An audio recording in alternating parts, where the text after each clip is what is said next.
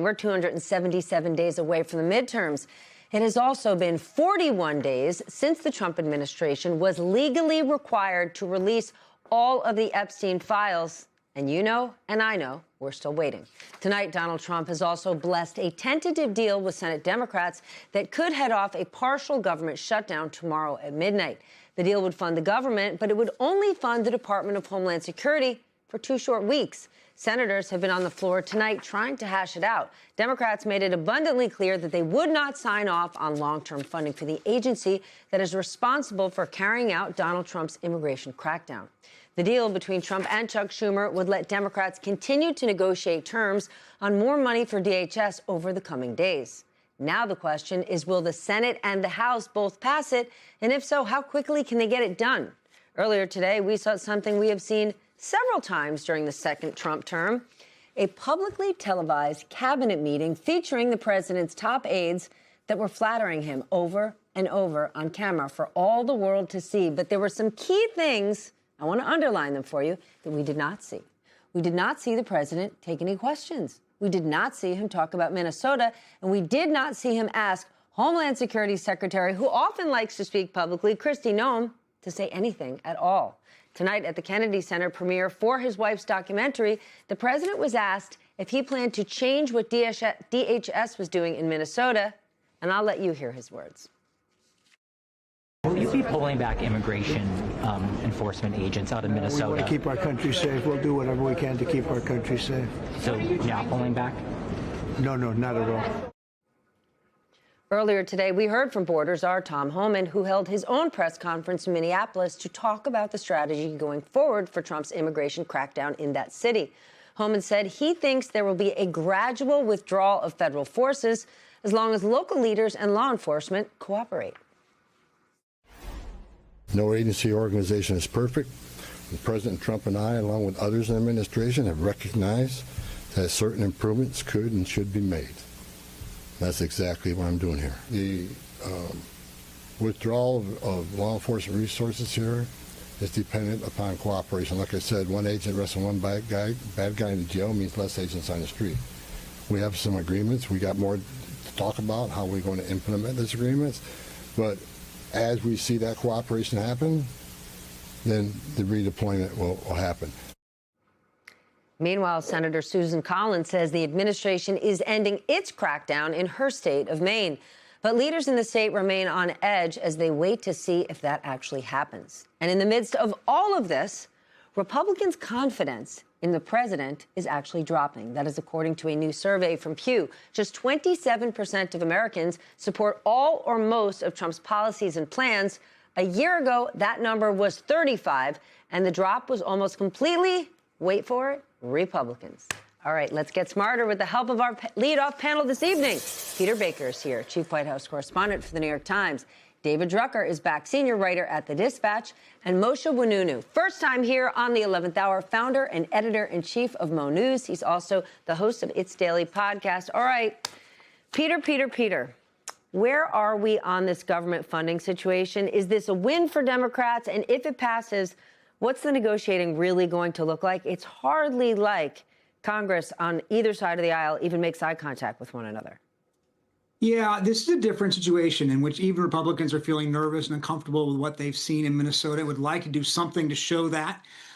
Whether they can actually come to a deal with the Democrats in the next 2 weeks, assuming this deal that we've talked about goes forward, it's a big question. The longer you wait, the longer you delay, the less the political pressure is on Republicans to give in concessions, and the president might get his back up. You saw him just say tonight that he's not pulling back, even while Tom Homan says he is. If the anger and the outrage over the shootings in Minnesota begin to fade even a little bit, you can see the two sides at loggerheads 2 weeks down the road, and then we're right back where we started from. But right now, it is an interesting thing that the Democrats have gotten Republicans to go along with, only temporarily funding DHS, because there is this larger concern out there in a bipartisan way with what's going on in Minnesota. All right, Double D, explain this one to us. Twice today, the president did not take questions, and he loves taking questions. That is unusual. What does that say about where things stand at the White House right now? Well, look, I think they feel a little bit on the defensive. I think that's pretty clear. And if you listen to Tom Homan, this morning, while he made clear that the president wasn't abandoning his interior enforcement mission, he said that they made some mistakes in Minnesota and very carefully said that they were going to do things differently and run things in a more targeted fashion. It remains to be seen whether they follow through there. You can listen to the president say one thing today, another thing tomorrow. And this is just the sort of administration, and he's the sort of president where it's very day to day. So let's see where things look in a few days and in a week to see if that's where things ended up. And that's sort of the head scratcher, Moshe, because I already said the president didn't answer questions. He didn't even mention Minneapolis. Kristi Noem did not speak. We did hear from Homan.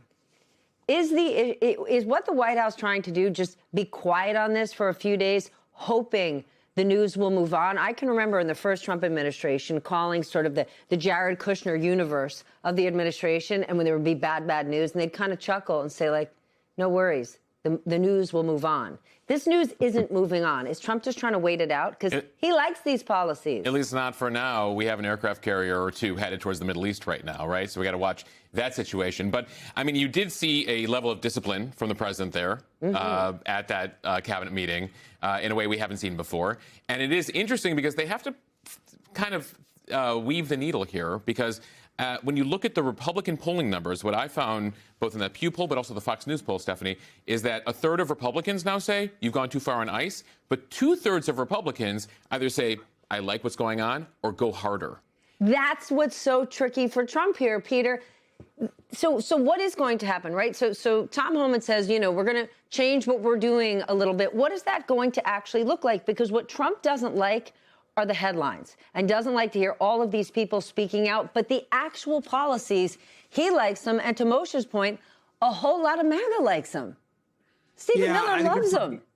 Yeah, and I think we ought to be careful about overstating how much he's really backing down. You're right that he has changed the tone of the last few days. He clearly wants to change the subject. He didn't talk about it. That's because he understands that it hasn't been a good issue for him. But that doesn't mean he's going to necessarily back down. He won the election, and in 2016 both, on immigration. He thinks so, at least. And therefore, the idea that he's going to suddenly, retreat to some sort of a more passive stance may be asking a lot of him. Now, we don't know for sure what's happening inside. You hear different voices around the president making different points. Some of them who are pretty politically minded, worrying about the midterms, worrying about how this will affect Republican majorities. Then, of course, you have the Stephen Miller wing that's saying, no, keep going. This is important. This is what the country elected you to do.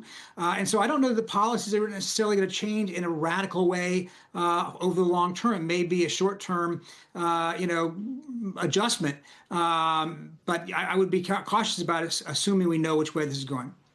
I think it's fair to say when it comes to the Epstein files, Republicans in Congress disobeyed Trump. But in this case, you actually have Republicans, not many, but some openly calling for Kristi Noem to step down. Is this the most pushback we've seen from Republicans against President Trump in this second term? Right. So let's look at year one, right? We had Liberation Day and the aftermath, which brought down the markets, which I thought in year one, probably the worst day or week Trump had, right? Until that was corrected. But Republicans weren't that noisy about that. Right. Besides the Rand Paul and a few others, right? Tariffs, you've had a few people who've had upset, you've had a few votes in the Senate. No, I mean, this is out there, right? Because ultimately they see the writing on the wall. They're the ones who have to go back to the constituents. They're the ones that are trying to keep the Senate and the House. They have their ear to the ground. And so ultimately you saw not just the usual suspects, the Tom Tillis's of the world, right? You saw senators from Utah, from Nebraska, from Kansas, all coming out on Monday, also calling for her head. And interestingly, she was on Fox News tonight taking tough questions from Sean Hannity. You had Greg Abbott, right? When Greg Abbott from Texas is saying, we got to cool our jets, you got a problema. David, I want you to talk about what Moshe brought up earlier, sort of this difficult needle to thread Trump has, because he's taken it from all sides. On one hand, you've got Republicans in the business community. You've got more centrist Republicans saying you have taken it too far, pull it back. And then you've got the ride or die Stephen Miller MAGAs saying go harder. What does Trump do with this? Well, I think the better question, look, Trump is going to do what Trump believes is popular. And he lives in a big enough bubble about what he thinks the American people want and what kind of election he thinks he had, that I think that he will continue to push ahead until he receives whatever significant pushback would be to slow his jets. But I think to pick up on one of the points that you guys have made, we're about to head into Republican primary season. I spent a couple of days in Texas last week, and I went to a congressional forum for Republican primary congressional candidates in San Antonio. And whenever the issue of immigration was raised, now granted, this was before the Alex Freddie killing, but whenever the president's immigration policies were raised and discussions about what was going on in Minnesota arose, what voters were saying was, keep it up. It may be unfortunate that sometimes things get out of hand, but this is because Biden mismanaged the border, and this is what Trump is required to do to clean things up, and we need to stick. And every television ad for every Republican primary candidate running in Texas right now is all about border security, interior enforcement, and supporting Trump. And so that's where a lot of the Republican primary electorate is. And that's why I wouldn't expect to see some massive and continuous break with the president, with primaries slated to start in March. That is fascinating. Peter, can we go back to what you said before? Like, is Trump really adjusting his policies, or is this just talk? I mean, think about what Tom Homan said today, that we need to tone down the rhetoric. And some of the most aggressive rhetoric is coming from this administration. And I'm looking at you, Kristi Noem, and I'm looking at you, Stephen Miller. Oh, yeah. And they have continued even since this sort of pivot to promote online some pretty tough messaging that's not really in keeping with the tone shift. But that's, it's tactical, it seems, at the moment. It doesn't seem strategic. It doesn't seem like he's going to suddenly back down. He wants to lower the temperature, just, talk about other things. But I think you're right. I think that this is not change his overall approach to this. As Dave said, there's a lot of Republican voters who are pushing him, and I think that he wants the tough pictures, not as tough as some of the pictures, obviously, but he likes the idea of looking tough on immigrants. That's part of his appeal as he sees it. He wants a week ago, he said he wanted a database with the names of all the protesters. David, I want to go back to that latest poll from Pew.